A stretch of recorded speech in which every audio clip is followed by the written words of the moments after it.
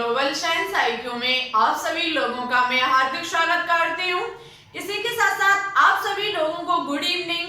जैसा कि आप सभी लोगों को पता है, हम इवनिंग में 8 बजे के समथिंग एक 500 क्वेश्चंस की सीरीज चला रही हैं, जिसकी ये क्लास नंबर 23 है, जिसमें आज हम आपको NCERT केमिस्ट्री से लिए हुए MCQ लगवाएंगे, जो कि आपके एग्जाम के लिए बहुत ही इंपॉर्टेंट क्वेश्चन होंगे।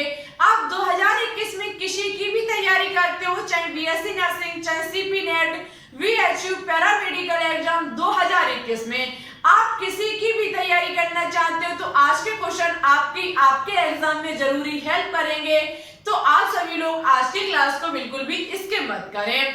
तो फिर ज्यादा समय न लेते हुए स्टार्ट करते हैं आज की क्लास को। क्लास को स्टार्ट करने से पहले जो हमने आपको पिछली वीडियो में 2 क्वेश्चन होमवर्क में दिए थे, उनका आंसर किन बच्चों ने राइट दिया, सबसे पहले हम उनके नाम लेंगे। नाम कुछ इस प्रकार से हैं: हर्षित मिश्रा, पूजा शर्मा और जयवीर सिंह। इन 3 बच्चों ने दोनों क्वेश्चन के आंसर बहुत ही अच्छे से और राइट दिए। Thank you. आप ऐसे ही कोशिश करते रहिए, आपका सिलेक्शन जरूर हो जाएगा। एक बात और आप सभी लोगों से बोलनी थी, आज हमने दोपहर में एक टॉपिक पढ़ाया जिसका नाम है सह संयोजक आबंध। बहुत ही इंपॉर्टेंट टॉपिक है, ये केमिकल बॉन्डिंग का सेकंड टाइप है, बहुत ही इंपॉर्टेंट है आपके एग्जाम के लिए। सबसे बड़ी बात तो कोई भी चीज ऐसी नहीं है जो आपके एग्जाम के लिए इंपॉर्टेंट ना हो, सभी चीज इंपॉर्टेंट है, क्योंकि किसी को नहीं पता एग्जाम में क्वेश्चन कहां से रख दिया जाए। तो उसे मुझे एक बात बोलनी थी आप लोगों से। मैंने देखा है आज की क्लास को किसी ने भी नहीं देखा, बहुत कम बच्चों ने आज की क्लास को देखा। तो देखो, ये गलत बात है। यदि आप अपनी तैयारी को छोड़ रहे हो, यदि आप अपनी पढ़ाई को छोड़ रहे हो, तो समझ लीजिए आप कहीं ना कहीं अपना नुकसान कर रहे हो। एक दिन की पढ़ाई, एक दिन की यदि आप गैप कर दोगे, एक दिन की पढ़ाई में यदि आप गैप कर दोगे, तो ये आपके एग्जाम में आपको बहुत ही, कहने का मतलब है, नुकसानदायक हो सकती है। तो इसलिए अपनी स्टडी को बिल्कुल भी मत छोड़ो। ये समझ के यदि आप ये सोचकर बैठे हो कि एग्जाम पता नहीं कब होगा, अभी तो डेट भी नहीं आई, जब एग्जाम की डेट आएगी हम तब तैयारी कर लेंगे, तो देखो ये गलत है। आपने देखा होगा 2020 में एग्जाम की डेट आई थी दिसंबर लास्ट में, और एग्जाम हुआ था 7 जनवरी को। ज्यादा से ज्यादा मुश्किल से 15 दिन का गैप था ओनली। क्या आप 15 दिन में अपने तीनों सब्जेक्ट की तैयारी कर सकते हैं? तो मेरे हिसाब से ये एक असंभव काम है। तो देखो, 15 यदि डेट आने के बाद यदि आप अपनी तैयारी करते हो, तो याद रखना, हम आज ही आपको गारंटी देते हैं आप अपने लक्ष्य तक नहीं पहुंच पाएंगे। यदि आप अभी से अपनी तैयारी को कंटिन्यू रखते हो, तो आप 101% हम आपको गारंटी देते हैं कि आप अपने लक्ष्य तक पहुंच जाएंगे। तो बस आपसे इतना ही कहना है कि आप अपनी स्टडी को बिल्कुल भी मत छोड़ें, अपनी स्टडी को कंटिन्यू रखें। यदि आप अपने लक्ष्य को पाना चाहते हो, तो आपको अपनी तैयारी रेगुलर रखनी पड़ेगी, ठीक है।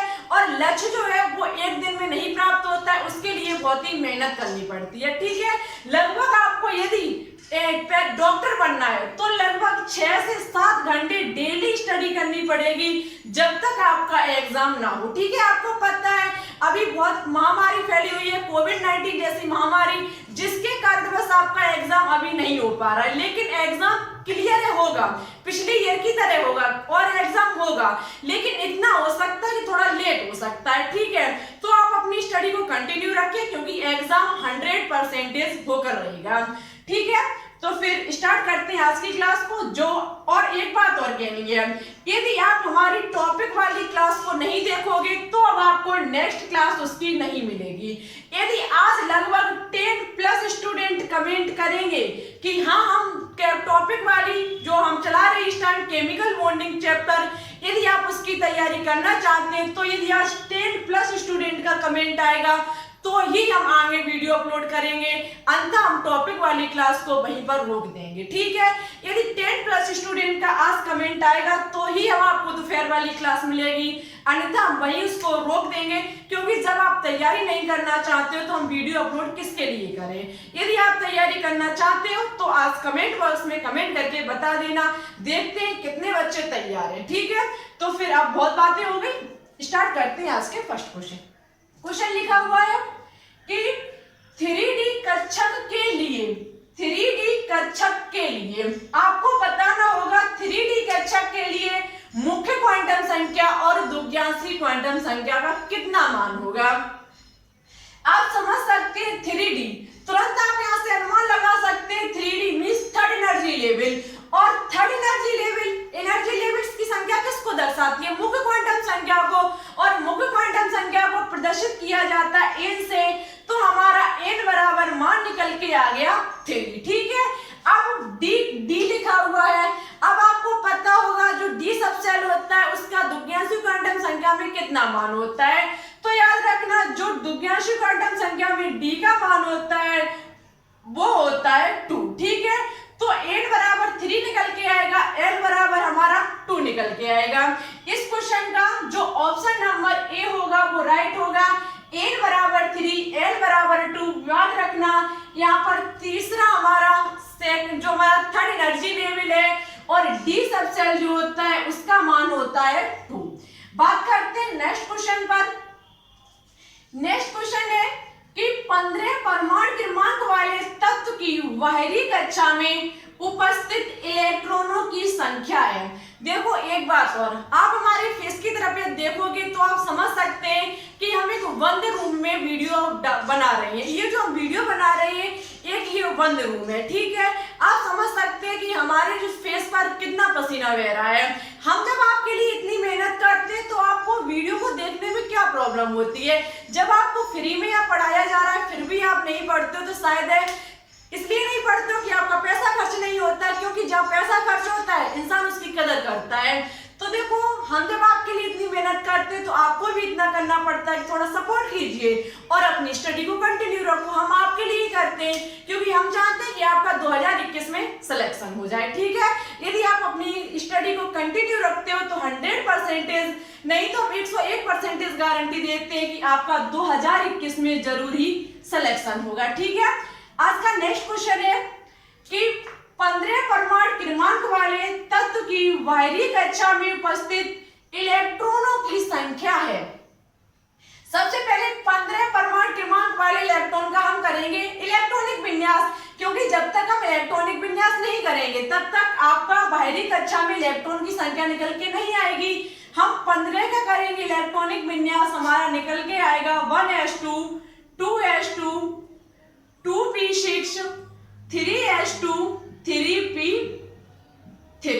यही तो हमारा हो जाएगा 1s2, 2s2, 2p6, 3s2, 3p3। हमें क्वेश्चन पूछ रहा है कि बाहरी कक्षा में उपस्थित इलेक्ट्रॉन, ये हमारा फर्स्ट एनर्जी लेवल, ये हमारा सेकंड एनर्जी लेवल, ये हमारा थर्ड एनर्जी लेवल। आप समझ सकते हैं ये हमारा बाहरी कक्षा है और बाहरी कक्षा में उपस्थित इलेक्ट्रॉन है 3 + 2 कितना होता है 5। ऑप्शन नंबर सी जो होगा वो इस क्वेश्चन का राइट होगा।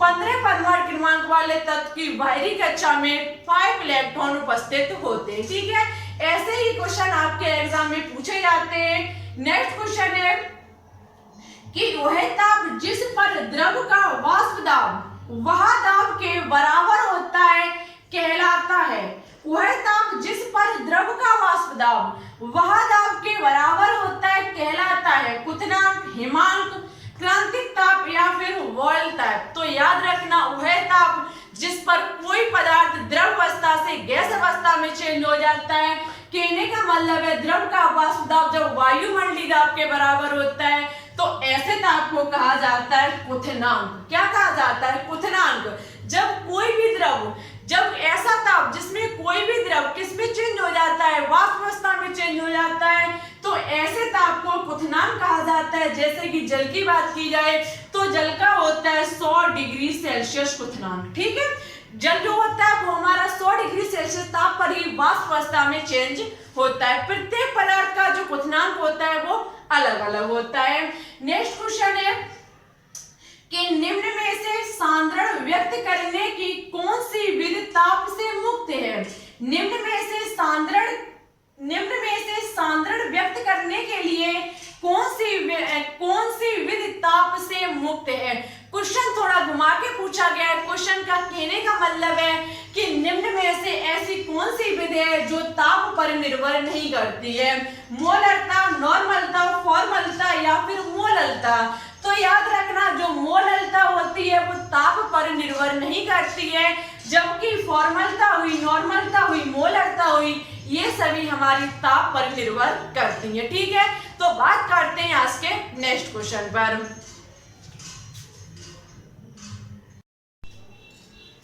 देखते हैं नेक्स्ट क्वेश्चन को। नेक्स्ट क्वेश्चन है कि 13.5 ग्राम SO2Cl2 में मोलों की संख्या है। आपको 13.5 ग्राम SO2Cl2 में मोलों की संख्या बतानी होगी। आपको इसका आंसर हमारे कमेंट बॉक्स में देना होगा, क्योंकि हम मोलों की संख्या कई बार निकालने सिखा चुके हैं। आपको बतानी होगी कि 13.5 ग्राम SO2Cl2 में मोलों की संख्या कितनी निकल के आएगी। कौन सा आंसर इस क्वेश्चन का राइट होगा, आपको हमारे कमेंट बॉक्स में बताना होगा। देखते हैं नेक्स्ट क्वेश्चन को। नेक्स्ट क्वेश्चन है, ऑक्सीजन से ओजोन इस प्रकार बनाई जाती है। ऑक्सीजन से ओजोन इस प्रकार से बनाई जाती है, उच्च ताप पर ऑक्सीकरण द्वारा, उत्प्रेरक की उपस्थिति में ऑक्सीकरण द्वारा, या फिर उच्च दाब पर परिवर्तन द्वारा, या फिर नीरव विद्युत विसर्जन द्वारा।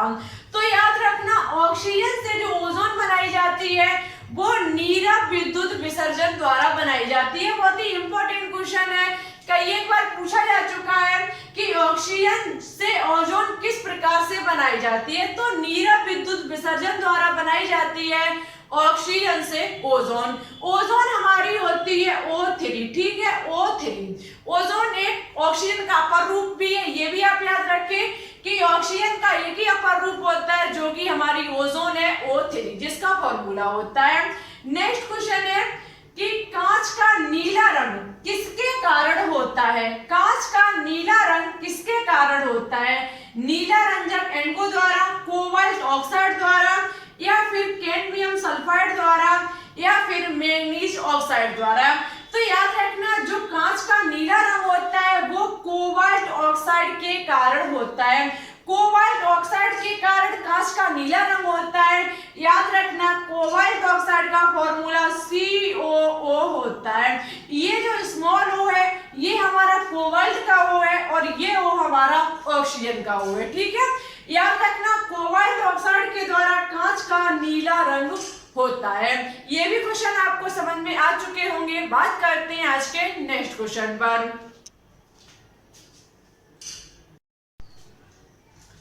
नेक्स्ट क्वेश्चन है कि ठोस अवस्था में विद्युत का सुचालक है। ठोस अवस्था में विद्युत का सुचालक है एवोनाइट, सोडियम क्लोराइड, हीरा, या फिर ग्रेफाइट। सबसे पहले आपको पता होना चाहिए जो ठोस धातुएं होती हैं वो विद्युत की कुचालक होती हैं, लेकिन एक अपवाद स्वरूप हमारी धातु है जो कि एक ऐसी ठोस अवस्था में जो विद्युत की सुचालक है वो हमारी ग्रेफाइट होती है। ग्रेफाइट एक कार्बन का अपर रूप है, ये भी आपको पता होगा, और ये ठोस होने के बावजूद भी विद्युत का सुचालक होती है। मींस इसमें विद्युत धारा प्रभावित की जा सकती है। ठीक है, जबकि प्रत्येक ठोस जो होते हैं वो कैसे होते हैं, विद्युत के कुचालक। लेकिन अपवाद स्वरूप ग्रेफाइट एक ठोस होने के बावजूद भी विद्युत का सुचालक होता है, और ये एक कार्बन का अपर रूप है। ये भी पॉइंट आप याद रखें कि ग्रेफाइट जो है वो कार्बन का अपर रूप है, हीरा भी एक कार्बन का अपर रूप है। ठीक है, नेक्स्ट क्वेश्चन है कि दो परमाणुओं के मध्य इलेक्ट्रॉन की बराबर साझेदारी से कौन सा बंध बनता है। दो परमाणुओं के मध्य इलेक्ट्रॉन की बराबर साझेदारी से कौन सा बंध बनता है। आयनिक बंध, सहसंयोजक बंध, या फिर धात्विक बंध। यदि आपने आज टॉपिक वाली क्लास पढ़ी होगी तो आपको पता होगा दो परमाणुओं में इलेक्ट्रॉनों की बराबर साझेदारी से जो बंध बनता है वो हमारा सहसंयोजक बंध होता है। सहसंयोजक बंध में होता क्या है कि दो इलेक्ट्रॉनों को होती है, दो परमाणुओं को या फिर दो तत्व को जरूरत होती है किसकी, इलेक्ट्रॉन की। तो ये क्या करते हैं, आपस में कर लेते हैं साझेदारी। दोनों ही हमारे ग्राही होते हैं, लेने वाले होते हैं, लेने वाले को कहा जाता है धातु। तो याद रखना, सहसंयोजक बंध बनने के लिए दो अधातुओं की जरूरत होती है। ठीक है, आज का नेक्स्ट और लास्ट क्वेश्चन कि साझे में प्रयुक्त इलेक्ट्रॉन को क्या कहते हैं। साझे में प्रयुक्त इलेक्ट्रॉनों को क्या कहते हैं, इसका आंसर आपको हमारे कमेंट बॉक्स में देना होगा, इसका कोई भी ऑप्शन नहीं है। यदि आज आपने टॉपिक वाली क्लास पढ़ी होगी तो इसका आंसर आप अवश्य ही कमेंट बॉक्स में दे लेंगे।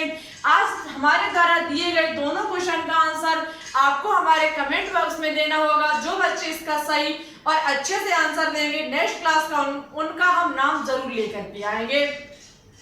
और जो मैंने शुरुआत में बोला कि यदि 10+ स्टूडेंट का कमेंट आएगा कि टॉपिक वाली क्लास को स्टार्ट कीजिए तो ही टॉपिक वाली क्लास को स्टार्ट किया जाएगा, अन्यथा 10+ स्टूडेंट का यदि कमेंट नहीं आया तो आगे क्लास को रोक दिया जाएगा। कहने का मतलब है टॉपिक वाली क्लास को वहीं पर विराम कर दिया जाएगा। ठीक है, यदि आज आते हैं कमेंट तो ही की जाएगी, अन्यथा वहीं पर रोक दिया जाएगा। देखते हैं कौन कौन पढ़ने के लिए इच्छुक है और कौन कौन फॉर्मेलिटी करता है। ठीक है, जो कमेंट करेंगे हम समझ जाएंगे कि आप पढ़ना चाहते हैं, यदि कमेंट नहीं आएगा तो हम समझ जाएंगे कि आप फॉर्मेलिटी करते हैं। ठीक है, तो देखते हैं कौन ऐसे स्टूडेंट है, कौन ऐसे विद्यार्थी हैं जो पढ़ने के लिए इच्छुक हैं। तो आज के लिए बस इतना ही। आज की क्लास कैसी लगी कमेंट बॉक्स में कमेंट करके जरूर बताएं। अच्छी लगे तो लाइक एंड दोस्तों के साथ शेयर करना बिल्कुल भी ना भूलें। हमारे चैनल पर न्यू हो तो प्लीज इसे सब्सक्राइब कर ऑल पर क्लिक कर लें। इससे होगा क्या, हम जब भी कोई वीडियो अपलोड करेंगे तुरंत आपके पास हमारी वीडियो का नोटिफिकेशन पहुंच जाएगा और आपको वीडियो का इंतजार नहीं करना पड़ेगा।